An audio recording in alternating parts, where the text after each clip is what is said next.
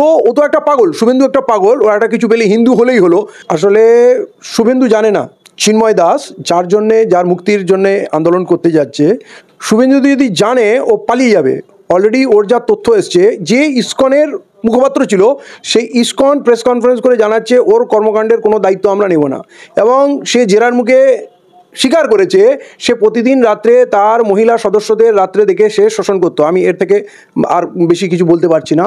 শিশুদের সঙ্গে খারাপ ব্যবহার করতো, এবং তার বাড়িতে কোটি কোটি টাকা পাওয়া গেছে, অবৈধ টাকা, এবং 1 কিলো সোনা পাওয়া গেছে। এটা আজকের রিপোর্ট।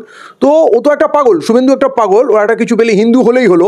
আরে প্রথম কথা হচ্ছে যে ওই যে যার জন্যে করছে সে কি হিন্দু? হিন্দু ধর্ম কি বলে? ইসকনরা কি হিন্দু? তাদের স্লোগান কি জয় শ্রীরাম? এরা জয় শ্রীরাম ইউজ করছে। তাহলে প্রথম কথা বিষয়টা বুঝুক।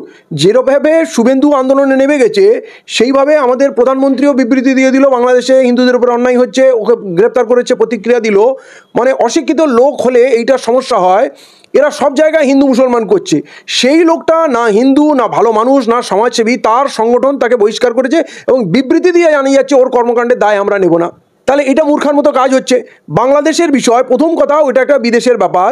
তাদের দেশে তারা প্রয়োজন অনুযায়ী তাদের দেশের সাথে কাউকে গ্রেপ্তার করতে পারে, ইনভেস্টিগেশন হবে, প্রমাণ হবে। যেমন দাবি উঠেছিল ইসকনকে ব্যান করা হোক, কিন্তু আদালত সব কিছু শোনা জানার পর বললো না, ব্যান করা হবে না। তার মানে তারা বায়াস না।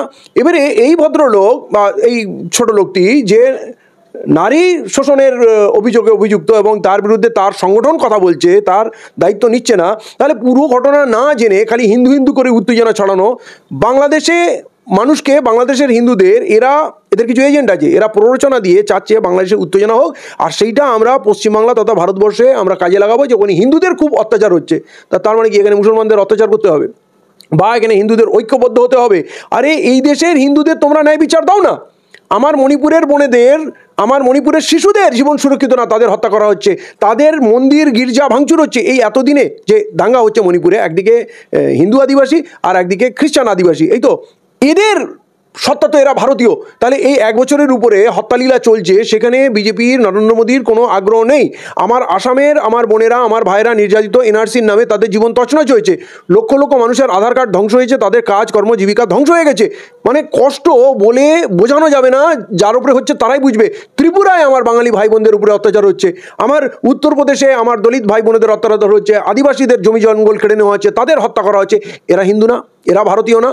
বাংলাদেশের ব্যাপারে তোমরা যাচ্ছ উত্তেজনা ছড়াতে। আসলে বাংলাদেশে যে হিন্দু ভাইরা শান্তিতে আছে, বাংলাদেশের হিন্দু ভাইরা সুরক্ষিত। আমার বাংলাদেশে হিন্দু বন্ধু আছে আর মুসলমান প্রচুর আত্মীয় আছে, আমি কয়েকবার গেছি, তারা সেখানে যথেষ্ট ভালো আছে, তাদের মধ্যে কোনো বিরোধ নেই। এরা কিছু হিন্দুত্ববাদী সংগঠন এজেন্ট পাঠিয়ে ওখানে উত্তেজনা ছড়েছে রাজনৈতিক ফায়দা নেওয়ার জন্য।